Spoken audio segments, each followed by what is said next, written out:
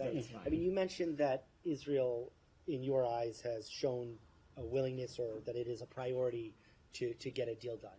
But, I mean, certainly eliminating the person that you're trying to get a deal done with suggests that it's not a priority. So, look, Willie, I don't have an assessment to offer as it relates to attribution, and I'm certainly not going to speak for the Israelis or any other government or entity as it relates to this. What I can say is that the United States is squarely focused on is getting a deal done. It is the message that the Secretary is carrying and the conversations that he's having with world leaders and counterparts, some of which that we just talked about, and that's what we are focused on. We continue to believe a deal is achievable and urgent, and we're going to have our team continue to work tirelessly to close those gaps. Just shifting, in the wake of the Haniyeh killing, is there any posturing or concern of embassies in the region or elsewhere right now, security-wise? So, look, take this situation, put the situation aside for a second, Willie. We take the safety of all our personnel, not just State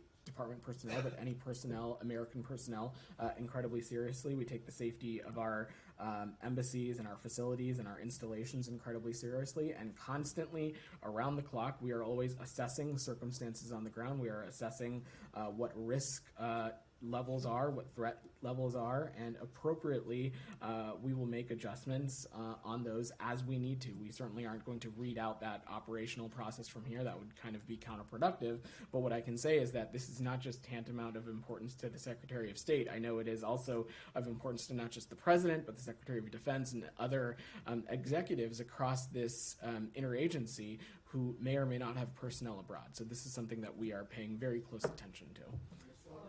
Yeah, go ahead, Daphne. You said that you've seen Israel engage in constructive conversations about a ceasefire deal. Is it still your assessment today that they're engaging constructively? That is still our assessment. I'm not going to speak to specific negotiation processes, but that continues to be our assessment.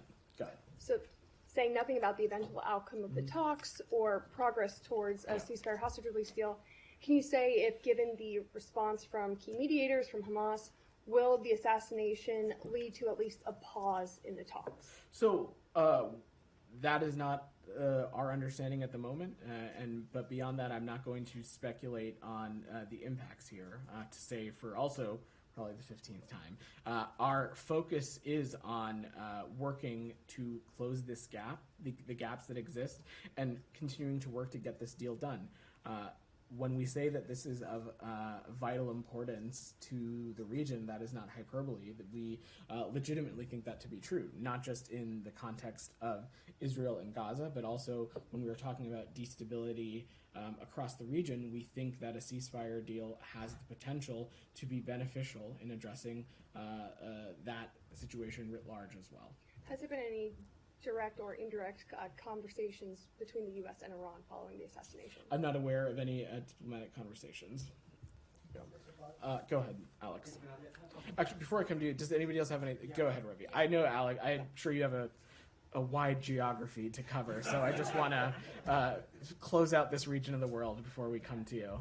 Yeah. Follow up on the assassination of Haniyeh and implication on the Gaza ceasefire talks. Actually, one of the mediators, Qatar's Foreign Minister Al-Thani, today asked a question, which is that how can mediation succeed when one party assassinates the negotiator on the other side?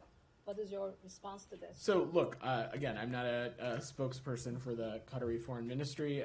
I will let the Prime Minister and Minister of Foreign Affairs speak to his own comments. What I can say is that the Secretary and the Prime Minister had a constructive call earlier today where the Secretary reiterated again the need for getting a ceasefire done.